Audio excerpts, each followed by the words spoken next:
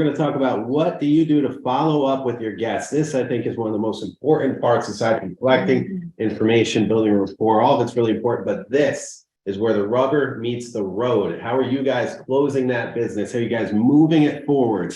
ABC, always be closing, right? So we're going to go ahead and start with Neil. Neil, what are you doing to follow up with your guests after the open? For follow-up, so one of the things kind of similar along the lines of what Brandy said is that I have picked up so many buyers from open houses that they say they're working with an agent and they're not. They've had a 5-minute conversation with an agent. So I go down my entire list and I don't take anyone off. So I will and see if there's a connection there. And a lot of times, like after I have another conversation with them over the phone, they'll tell me, well, yeah, we just talked to that person for 5 minutes, but I'd love to, hear more from you. And then I've picked up several buyers over the years from just doing that. But I think the biggest thing I think is how many times you're going to touch base, when you're going to touch base. So like, for example, if you open house on a Saturday, you shouldn't wait until Monday or Tuesday to do your follow-up. You should Monday, because guess what? They're going to other open houses on Saturday and Sunday, and other brokers are already calling them.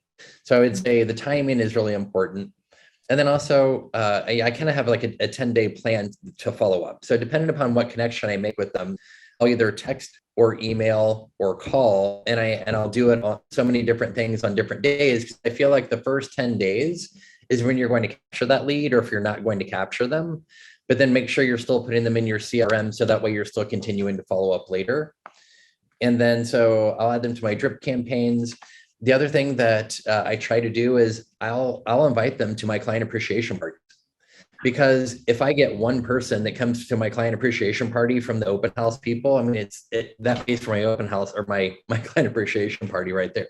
I love that idea. I mean, what do you have to lose? And then they get to talk with other people that are walking referrals for you. Neil, brilliant, dude. Love it.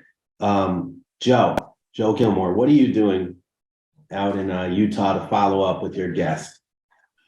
Well, I'm a relentless follow-upper. Okay, so I do the same when it comes to recruiting. I get a name. I'm doing 14 days of constant, phone call, text messaging, anything that sending emails. I mean, I'm constantly out there wanting to get, I'm going to continually follow up, even if I have 150 people on my list, until they say, leave me alone. I've got to continually stay in front of them. And it doesn't matter. The first thing I do, obviously, is after the open house, I'm trying to get them in the car to go look at properties, right? Then if that doesn't work on a Saturday, what does your Sunday look like? Okay. So I'm really trying to book appointments as soon as I can while they're hot. And then I'll pick up the phone on Monday and try to get a hold of them. And then I'll send the text the next day. If they don't answer that text, I send a question mark on top of my text. So, I'm constantly trying to work different angles in order to get them to respond to me. Got it. So we have a question, which I think is good. So what do you do if they don't respond? Cindy from Newton asked, Newton, Mass. What are you doing if they don't respond? I would probably say after 14 days, I'm obviously putting them in the CRM at that point, but I will put them on what we have, Real Scout or your MLS drip. I'll put them on a resort campaign. Obviously, I will put them on, text messages, calls. We have what we call 10 days of pain, which is something that we run with. And that didn't matter if it was buyer prospects or listing prospects or any prospects. I feel that 10 days worth of time being really on them each single day. After that period goes by, I'll probably twice a week try to reach out with them. Another thing that's a little sneaky that I've done in the past is I will star 6-7 my number, and it blocks my number, and see if I can get them to pick up. Oh man, hey, you got to do what you got to do. They don't know unless they talk with you if they're gonna like you, right? So yeah, and I would just say, when I say this, I go, hey, I'm really glad I could get a hold of you. I just ran into the office and picked up my office line to give you a call. Love it.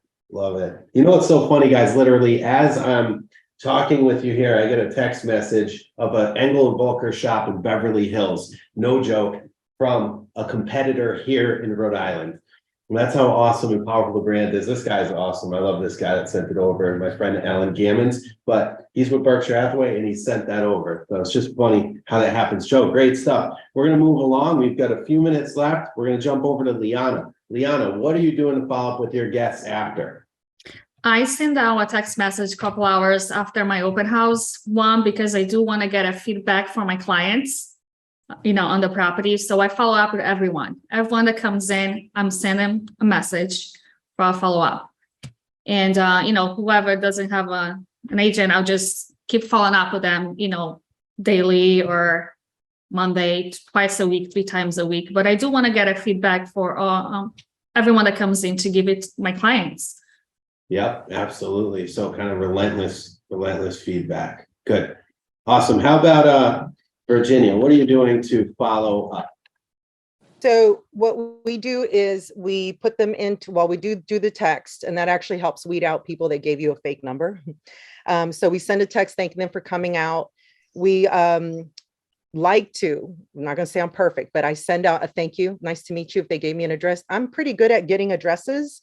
But it's on a branded card. We used to have KW ones, but the EV ones are beautiful. So we put them into our CRM and into Resora. And if they're in my farm, they get dropped into their category, whether they're A, B, or C prospect. If I'm opening a house in a different area that's new to me, or I don't have as big of a database, I take those registrations, and that's how I start the database for, let's say, like Lake Magdalene or a different area that I haven't sold as many units in, and they get followed up like that. So I like to build farms. So we started a campaign where we're taking our farm and anyone that we're coming across that's a potential client, and we're doing the email, the sphere one, not the radius or the zip code.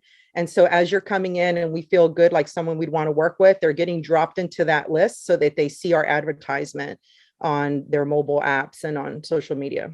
Oh yeah, by putting their emails in, it follows them even more places. I mean, it's near guaranteed to get them. That's amazing. Just constantly, they're like, I can't get away from this Virginia Bond. She owns this market. Who else is there? Right? Right. Awesome. Okay, cool. And lastly, Brandy Simon, Chicago North Shore. What's up? What are you doing to follow up with your guests after an open house? So being fifth to talk about this, it's a lot of the same of what everybody's talking, a lot of what everybody's doing. The one thing that I will tell you that I'm doing differently is a couple of my initial follow-ups. So when people come into the house, they may comment that that's a beautiful fireplace, or I've always wanted to have this massive green space, or a 3-car garage. I never thought I could afford a house with a 3-car garage. So what I do is actually shoot on my cell phone, and this wasn't my idea, but it seems to work well. So on my cell phone, I shoot a selfie, very quick, just saying, "Hey, Neil, it was wonderful to meet you. I just wanted to thank you so much for coming up to 123 Main Street and remind you again that yes, you actually can afford a home in this neighborhood with this beautiful 3-car garage," and kind of turn it around. I send them as video text messages just as opposed to the text itself. And I found that they do get a lot more likes, and they do get a lot more, "Hey, it was wonderful to meet you." So they get a pretty good response. Just something a little different. I love this, guys. I've been in the business over a decade, and I haven't heard some of the stuff that was discussed in this mastermind. This is one of the best masterminds I have ever seen. I'd like to thank our guests for coming on, making time for us, our panelists. You guys really knocked the ball apart.